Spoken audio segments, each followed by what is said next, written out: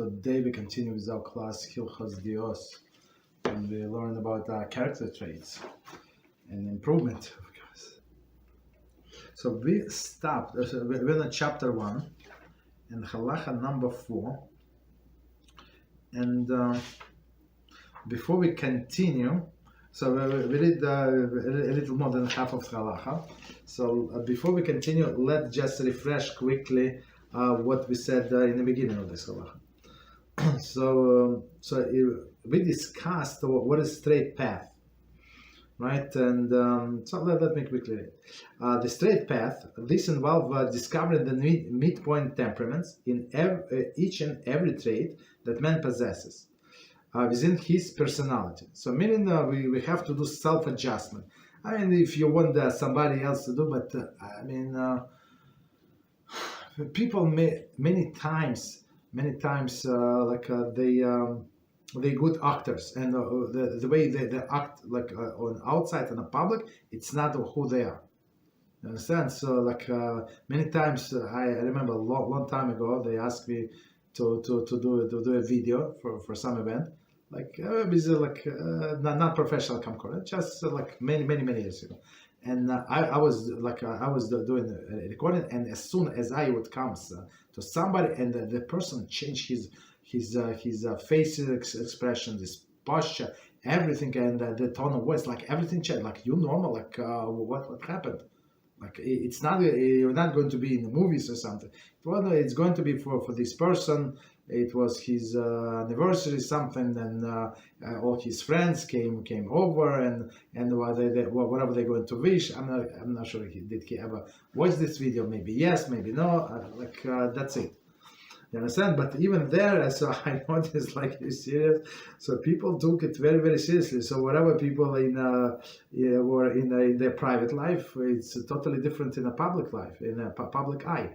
So that's what it says. Rambam says clear here.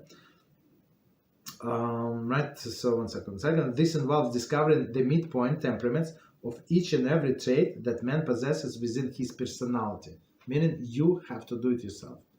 Right, because nobody knows you as best as you are, hopefully. Right, this refers to trait, which is equidistant from each of the extremes, which being close to, without being close to either of them. So, meaning we said, middle of the road, not to this extreme, not to that extreme. Extreme's not good. So there's only two exceptions, but we're going to get to it I think in the next chapter. Okay. So otherwise, we have to find the middle path, and we have to find where we stand, closer to this extreme or that extreme, and try to adjust ourselves. Continue. Therefore, the early sages instituted a man to evaluate his traits. Again, you have to do it yourself, to calculate them, to direct them along the middle path, so that he will be sound of body. Okay. So meaning, so when person does not have all of the extreme character traits, so it's good for his psychological health, and also for his or her physical health. And somebody left me a message. I'm trying to help somebody in this situation. It takes me a lot of time. It's okay. I'm trying to help, and that person told me. As soon as I heard whatever, that doesn't matter what he heard. I got a stomach ache. So a stomach ache from nowhere. Why? Because of the news that person heard from somebody else. Not good news. Let's put it this way. So meaning this news, some even worse, right? It can affect us, and all of the character traits and reaction to some event can affect us to our physical health, right? Spiritual health, needless to say, but even physical health, right? So that's meaning that what I'm trying to say, to correct our character traits is good for our psychology and for our physical health. For example, he should not be wrathful, easily angered, right? So anger is not good. nor be like a debt without feelings. We explained. I'm not going to come. Right, I'm not going to repeat. It's very interesting. So those are extremes, right? People, some people like they always smile, like nothing is happening. There is a bombs falling, they still smiling. So I mean, it's not because they are on such a high spiritual level. No, it's because of I don't know, because of other things. Rather, he should adopt the intermediate course. That is, he should display anger only when the matter is serious enough to warrant it. So, meaning if you need to show that you're upset with somebody, right? Somebody epicurus or something like with children, we say with household if needed, right? So they will observe law more strictly, right? So that's allowed. So right. So that's good anger, at least show of anger, in order to prevent matters from recurring. Okay. Similarly, he should not desire anything other than which body needs, and cannot exist without. As Mishlei 13:25 states, the righteous man eats to satisfy his soul. So, and as we learn in Shmoneh Prakim, and I think we refer here as well. So, a person who goes into like a desire, all of this permitted desire, to be permitted things, right? Permitted what? Food. It's kosher food, right? But some people, they put so much emphasis into this food and what we're going to eat and how. No, this I would never buy this. Like we were spoken with somebody, and we said that you can buy chicken like half a price in this store. Said, I mean, it's like a big store, and they said, no, I would never buy this brand. Whoa, it's kosher brand. It's OU, Orthodox Union, Glad Kosher. What's the point? No, like it's I'm not sure what's wrong with that brand, but it's below their dignity to buy that brand. Understand? So, meaning the person try all of these brands, and they decided that's what it is. So, of course, it's not healthy. Okay, so we continue with the rest of the chapter, so Halachah, and it says, also he should not labor in a business except to gain what is needed for immediate use, as Psalms 37:16 states, a little of good for the righteous man. Okay, so it's actually a lot of commentaries, so I think we can do these 2 lines for now. And it's actually these 2 lines, and we spoke about it last time a little. So it's actually this trap that many people fall into. Right? They cannot stop working. They work more and more and more because they want to acquire more physical things. That's the problem. Okay, so again, also he shall not labor in business except to gain what is needed for immediate use. So okay. For immediate use, right? So as it states. So let's see. Meaning people planning to buy this, to buy that, and go to all of the vacations. That's of course the issue, the problem. So commentary say 44. 1 second. What is 43? Oh yeah. Okay. So 44. Here again, Rambam quotes biblical verse because his definition of an intermediate path may be extreme, may seem extreme, right? So meaning what? Meaning what? That work like as less as possible. So work a lot. So everybody knows a person works 7 days a week, 12 hours a day. That's too much, right? That would be too much. Right, but work as a minimum also for some people, they can see it as extreme. So it's better to be a middle class. So you work and you have some savings, and that's it would be it would be middle path. But Rambam here said no, that's not. So middle path, like middle is in this case is a proper way, right? As we said last time. So middle is a proper path, is a middle path. Okay. So the verse also clarifies that Rambam is not a denigrated idea of work, but rather excessive preoccupation with one's profession, as a means of acquiring possessions. It is highly unlikely that Rambam would criticize work per se. Okay, so let's do these two lines and we're going to explain. So the verse also clarifies that Rambam is not denigrated the idea of work. So he was working. Rambam was working full time and sometimes overtime, and he did not have time to eat sometimes and sleep. And he was writing all these amazing books, right? And he's a doctor. So when you're a doctor, main doctor, and they're like in a court, right, of the king, of all of his relatives and princes, right? So a lot of patience, right? And right, so he was very busy at his work, right? So he's not. So Rambam is not against the work per se, idea of work, but rather excessive preoccupation with one profession. And today, like people would.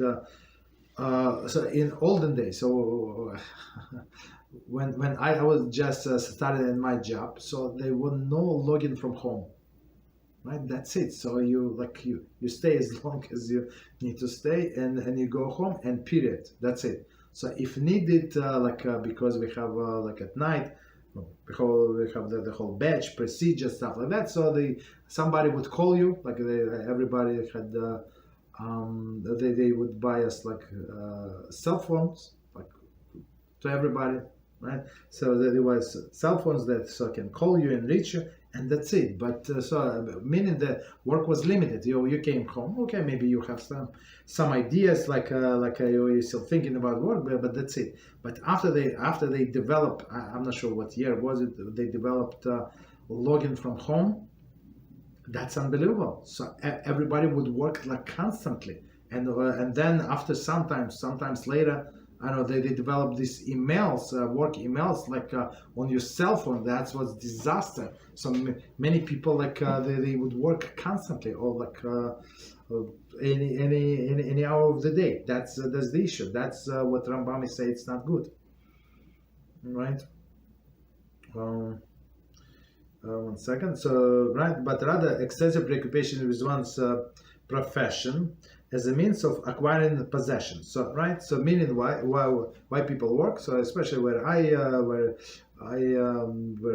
used to work, so that many people use our company as like jumping point, right? Because it was a famous name, it was small but famous. Many people knew our company, so people usually would go to competition, even though they sign paper. You're not allowed to go to competition. They still go to whatever the story is, right? So people, meaning that they work many hours, right? In order to buy all of these houses. And somebody said, I have, I remember the guy said, I have 7 bedrooms. I said, why do you need 7 bedrooms?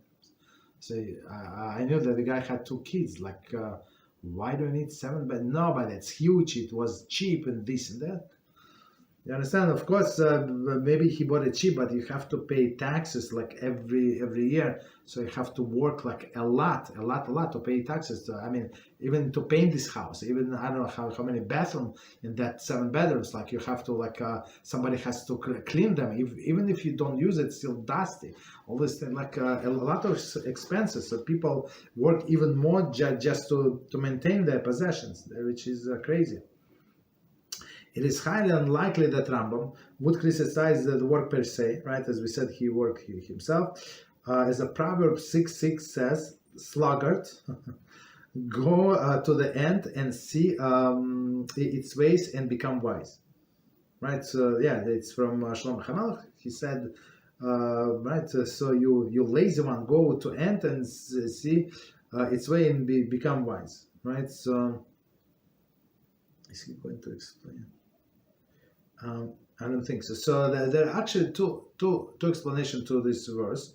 And the first explanation, you see how end is constantly working. So they did not stop, did not take a lunch break, this break, they're always working, and do not look at others. Are they working, not working?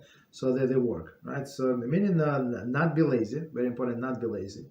And another explanation is totally opposite, is not without the sluggard, right? So take the sluggard out, right? And go learn from the ant. So ant is going to live what is it, 6 months, I think, 6 months, right? But it prepare food for 2 years or so, like and on in some sense, some say, yeah, it's bitachon, like bitachon in Hashem, that Hashem maybe change his sentence of the 6 months and give this end 2 years, or I don't know, 7 years of life, right? On another hand, like the ant overworks. I mean, for animals, for that's normal, right? From ants, it's normal, but for a person, it's not normal. So if you need to eat like so much, so don't accumulate food for the next 7 years, right? All this savings. Okay, so continue, and it says in Brachas 8a, so Talmud, he who enjoys the toil of his hands is greater than one who fears God. As it is stated, if you eat of the work of your hand, you're fortunate and you will possess good. Psalms 128:2. You're fortunate in this life and you possess good in the world to come. The Rambam himself quotes the later passage in Hilchos Talmud Torah 3:11. Thus, the Rambam is not criticizing person for working hard, but rather teaching us that the work and its profit should not be our greatest priorities. Okay, so let's do this piece and we're going to explain. So now from Talmud Brachas. He who enjoys the toil of his hands is greater than the one who fears God.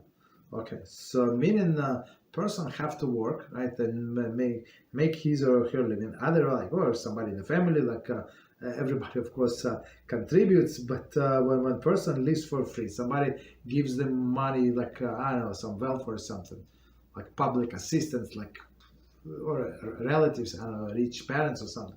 So a person is he or she is going to burn this money, and it's not going to do any good with them. Usually, spoiled people, right? And then the guy is now. There's a case. The guy is going to get released from prison, so he's I don't know, 30-something years old. I mean, he from the age 17, maybe he works 2 years or so, altogether employments. He got kicked out. He did not like this job, that job. So yeah, but all of these years he lived somehow, right? So it's not from work. And guess what? Somebody else was paying his bills. So that's not good approach to life. So our approach to life, right? Work, right, as minimal as possible, right, and make honest living. So this money would appreciate very much, right? And it says it's greater than the one who fears God. Okay, as it is stated, if you eat of the work of your hands, you're fortunate, right? Meaning that you do not steal, right? Also very important. So you do not steal. You work or the work of your hands, right? Only what you deserve, and you're fortunate and will possess good, right? Will possess good, fortunate in this life, meaning Hashem is going to protect you in this life, and possess good in the world to come. So that's very, very important. And this example from Yaakov Avinu, right? When he crossed with all of his wives and kids to another side of the stream, and then he came back to another side and to pick up some small vessels, and that's when he had this encounter with Malach of Esav, right? So our Rashi says on the page why he came to pick up small earthenware jar. Yaakov, you see it? It costs, I don't know, 50 cents. That's what you do. You have all of this, so many animals, so many, all these slaves and slave women and camels and donkey and this and then horses. You have all of this, and you out of everybody, you come to pick up this this small earthenware jar. Just leave it, just continue. And Rashi there explains that the possession of tzaddikim, right? Very dear to them. Why? Because it's clean money, because they work hard for that. Understand? And it's from here we will learn that we're not allowed to waste or whatever is it. Okay, all of the resources, because if you work with that, and right, so this money, they were blessed by HaShem. So we see this money is a blessing. Whatever we have, more or less, doesn't matter. Okay, so we don't waste it. Okay, so and plus it's going to be good for him in the world to come. Rambam himself quotes the later passage in the Hilchos Talmud Torah 3:11 that Rambam is not criticizing person for working hard. I mean, some profession you have to work hard. I mean, it depends on the market. I mean, person does not have education, this and that, and does not know the language. He's an immigrant. She's an immigrant in another country. So that's sometimes you have to work very hard, right? But rather teaching that teaching us the work and profits should not be our great priority. So priority should be Torah, Sorah, and Hashem, right? But work because you need in order to serve Hashem, you need to eat something. You have to sleep somewhere, right? You have to buy clothing. You have to buy books. Right, you have to buy internet, like pay for internet services. So that's how we have to look at work, right? There's something that provides us with opportunity to serve Hashem. That's it. It's not the goal itself, but it's something like accessory. Okay. So continue.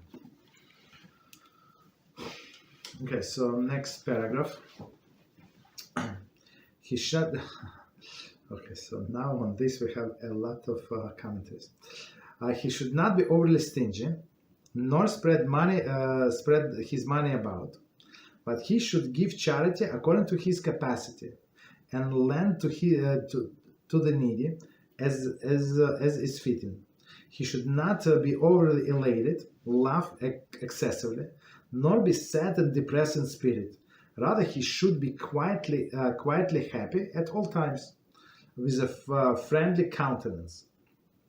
The same applies with regard to all other traits. This path is a path of the wise. Every man Every man whose traits are intermediate and equally balanced can be called wise man. Okay, wise man in double quotes, of course. All of these things we will need elaboration. Okay, from the beginning, and we're going to see the commentary and explain. He should not be overly stingy, okay, nor spread his money about. So overly stingy people don't like stingy people, and I think like they suffer, and the person, I know a few people, and they always complain that everybody wants their money. I said, who needs you? Like, I mean, just keep it, but these people suffer a lot, and some of them have money, but they try not to spend it. Okay, so let's see commentary. Okay, so it's like some technical things. Okay, so in Dvarim 15:7 says, "Do not close your hands to your brother." Okay. Thus, the contrast in the extreme would be free-handedness. Okay. So the close the hands, meaning when a poor person comes and the person closes his hand does not want to give, and the extreme would be free-handedness, meaning to throw the money out, okay, I'm going to pay for this, for that, and stuff like that.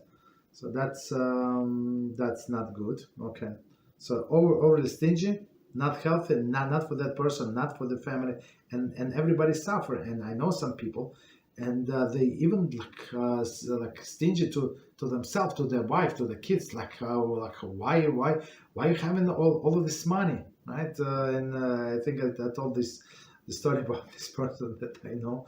So and he's not trying even to hide it, right? To hide it. He owns like many apartments, many apartments. I don't know, like in a good neighborhood. rents them out, and he goes like from one fruit store to another and see if somebody has a fruits fruits and vegetables cheaper in this store and that store. There is some like commercial streets that on every block they have one or two fruit store because there's so many people, right? Of course, these owners, they won't put something on sale, right? For example, they have tomato on sale and all others like normal price. Other people would have cucumbers on sale, but all others like plus or minus some. So this guy would go like, I don't know how many circles he would go and buy only everything on sale. But before you know where to buy, you have to go like back and forth, like from one side of the street to another side of the street. That's not normal. He has a lot of money, and he drives everybody crazy. This guy. Okay. Just 1 second. Okay, so we said he should not be overly stingy nor spread his money about, right? So, but he should give charity according to his capacity. So also that's a problem. So some people get overly excited and I wanted to donate for this, for that, and they give like huge amounts, or sometimes like in a bidding in a shul, I want to wow, from where do we have this money? So, but the person was to do show off and stuff like that. But if it's above your tzedakah responsibility, so don't do it, right? If you did your 10%, 15%, 20%, whatever you did, so that's it. You fulfill your obligation. Don't go 30%, right? Because our sages say don't do more than 20%. If you average person, right? As we learn in lost tzedakah masah. Why? Because you can go broke. So unless you have a stable job and you've been working in the company for a long time and you know how big this next payment is going to be, and you don't need all of this money because it's more than enough for your living, this and that. So, okay, I understand. So in this case, we said, yeah, he can go give more than even 20%, but like in all other cases, don't do us any favor. Just keep the money, maybe do a little saving, but don't do this craziness, right? Okay, so meaning give charity according to his capacity and lend to the needy as fitting, right? So many times, and I think we had a clip. I'm not sure. I'm not sure if we published it. I don't remember, but we have this clip that to lend to a poor is more preferable than to give tzedakah. It's actually halachah, right? So meaning what?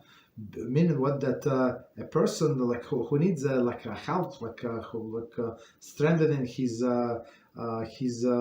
situation, so he does not want to go back. He's not poor. Yeah, he's in this terrible situation, but he does not want to back. So if you give him a loan, and of course without interest, and the person is is going to he would be able to live of this loan for some time, and then get up his get his strength back, get a job, this and that, readjust his life, right, and recuperate if he was he was sick, he could not work. So all of these things. So meaning that to give a loan is very, very important. It's more important than to give tzedakah, right?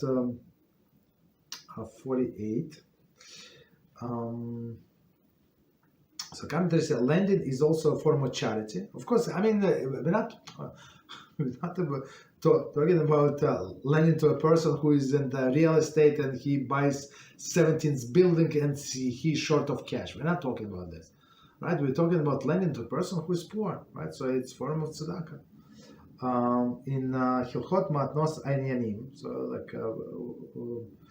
loss of the poor, 10.7, Rambam lists 8 degrees of charity. The highest is support the fellow Jew has become poor by giving him loan or the like, right? So meaning to help him with a job, of course. I mean, but if you can, you don't have jobs, or for example, many people over the years ask me if I can get them job in my company. But I knew all of this position in my company, it would be like slavery. Of course, maybe they they would pay like good salary, but the people would be like work to like forced to work, and I was afraid that even Jews, like maybe on Shabbos even, they would make. Me, it was different case. So, but not everybody would be able to say like what I said to HR, to my boss and stuff like that. You understand? But other people can bend, so I was afraid. I was afraid. I don't want like anybody to recommend, because it was not the best place to work. A lot of pressure. Right, but to lend somebody money until he's getting back on his feet, that's very important. So I have Chavrusa that they've been out of work for 4 months now, right? 4 months or 5 months. So he's looking for a job. Continue. He should not be overly elated and laugh exceedingly. So although some people like always giggling, like I understand when teenage girls like 11 years old, 12, 9 years old, they giggle because of hormones. I understand that. There is no problem. Like, but when the adult men are giggling, like women like giggle, like everybody have to hear them. That's the problem. That's not normal, right? It says such excessive happiness double quote, because it's not happiness, is often sign of inner discontent and suffering. So this when a person always needs to laugh, right? It's always, and you see they change, like when once nobody's looking, they change the facial expression. You see they're very, very angry, very, very upset, right? Person who just giggled, I don't know, 5 minutes ago, right? 2 minutes ago. Okay. All right, so one more time the whole sentence. He should not be overly elated, laugh excessively, nor be sad and depressed in spirit. So the depression is also not good. Okay, we're here in this world to do our mission. So, and a person can get divine assistance only when a person understands his mission, and when we in a good mood, meaning that Hashem wants me in this position. Where's position? I don't have anything to eat. Okay, so that's my position, and Hashem said that's your role for the next 2 weeks. I want to see how you're going to handle it without food. Are you going to steal? Are you going to beg? Are you going to do whatever you're going to do? Right. So when we know that all of the tests come from Hashem, so that's amazing, right? So you're not going to be depressed. Meaning that Hashem is testing you. So if he would not, if Hashem was Chas v'Shalom give of somebody up, he would give him money, no problem, health, everything would be good, right? Good in human terms, right? But if Hashem sends you all of the tribulation, means that he still cares about you, right? Cares, and he wants only best for you, and try to lead you to the right direction and test you. Why test? As we said. I don't remember what parasha was it, but Hashem said, I test you to reward you in the end, right? I test you to see how you're going to behave to reward you in the end. So that's the purpose of testing, for a reward. Okay, so depression is not for us. Okay, of course you don't have to be like this Breslov, I don't know what they do the whole day, they dance on this van. I don't know. Okay, maybe when you're teenager, but there is like guys with a white beards, like I don't know, that's what you do. Like, okay. Continue. Rather, he should be quietly happy at all times, right? So normal. So be quite happy at all times, meaning that I'm part of the chosen people. Okay, that's the reason to be happy. Okay. Commentary. His joy should be a composed sense of satisfaction. In a context, see remark conclusion and notes Shulchan Aruch Orach Chaim 697:1, in which quotes Proverbs 15:15, a good-hearted person is always celebrating. Right, so you celebrate, even in order it does not mean that everything is going smooth in person's life. Right, it does not mean that. Right, so but it's all from Hashem. It's all from my good, And look, yesterday I did a lot of mistakes, and I accepted. I mean, I acknowledged it, and now I'm not going to do these mistakes again. So that's the reason to be happy. You know how many people die like stupid, right? They do not admit their mistakes. You know how many people, right? And me personally, I admitted what I did yesterday. So yesterday was wrong, and actually I understand that all of the previous years also were wrong. Okay, so that's a reason to celebrate. 50. Continue. Okay, so the whole sentence. Rather, he should be quite happy at all times with a friendly countenance. Right. So in his commentary to Avos 114, Rambam defines friendly countenance as the spirit of will and gentility. So, meaning somebody who comes to you, say good morning, this and that. So, I mean, of course, we said don't prolong the conversation, but so people can be approachable, basically. Right, so somebody needs your help, they can ask you help. So friendly countenance. Continue. The same applies with regard to all other traits. Okay, so meaning same meaning what? Meaning the middle of the road. Don't, as we said in the introduction, don't go to all of the extremes. Okay, 52 commentary. In Shmona Prakim, chapter 4, Rambam mentioned many other intermediate traits. Among them, courage is a midpoint, is arrogance and fear. Okay, so arrogance is not good, fear is not good, and courage is in the middle. Okay, humility is intermediate between pride and meekness. So meekness is also like, and I know some people say, no, I'm such a loser, nothing is working for me, like everybody is better than me. That's too much. It's not so this person. I'm not sure how sincere that person is, right? But that's not humility, right? Like it's meekness. That's too much. Humility in the meaning that you know your worth, right? So you know where you stand with Hashem, and you're not screaming about it. Okay, so you just being humble. That's it. And meaning humility also means that you also recognize that other people are better than you in other fields. So maybe, meaning what? Maybe this person is like a quick learner, right? For me, I need to read 7 times. For him, 2 times, and he's already flying. And me, after 7 times, most likely I would forget after 2 days, and he would remember for 7 years.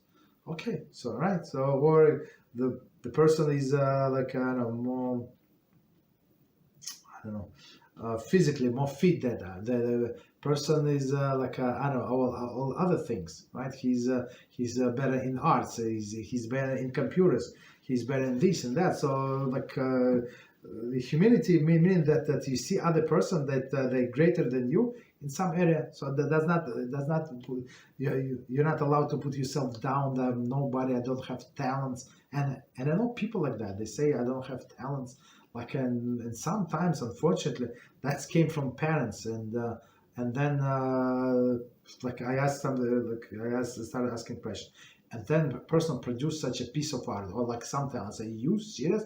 It's mind blowing. Say, yeah, really? I said, absolutely, I'm 100%. Like for me, I'm very, I say very, very sincerely. I said, no, but my parents said I don't have any taste. Serious, right? So that's a big problem with being parent and try to put your children down. I'm not sure. I still don't have an answer why some parents would do that, but it's not Jewish way for sure. Earnestness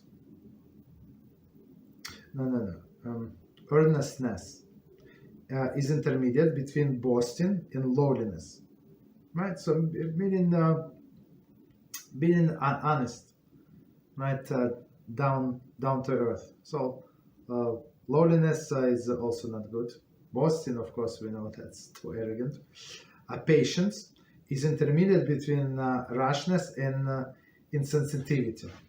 So, so rashness meaning some people need to react, right? They got email, they have to do it. Somebody send them a text message or this message, like, and they have to react. I'm going to tell them, and they disrespected me like this way, and that, like, stop it, right? And so some an extreme insensitivity, whatever happens, it does not matter. They're not going to react like nothing is happening. So so sometimes you say so, but. Did you see my email? Like I sent you a reminder. Oh yes, I saw it. Like, you serious? So why didn't you answer? You saw it, right? Why didn't you acknowledge that my text message that you saw my email? And you could have said, I'm not interested. I'm not going to do it. I don't have time. Like something. That's too much. This insensitivity, right? And intermediate is patience, meaning. That you patience meaning that you going to react in the right time. So you hold yourself back. So it's not time yet. So you calculate the right time, and then you're going to answer or do whatever needs to be done. Continue. This path is the path of wise, of the wise. Okay, commentary. There is those who behave whose behavior is controlled by their intellect. And I think we had this question last time. I think last time or the time before that, right? So about a person, if it's like if it's a problem, when person is not too emotional, and we said exactly as it says here, right? I mean, not exactly, but very close to it says here. Those whose behavior controlled by the intellect, so meaning wise. So sometimes you have to get like excited, right? Also have to be controlled. Some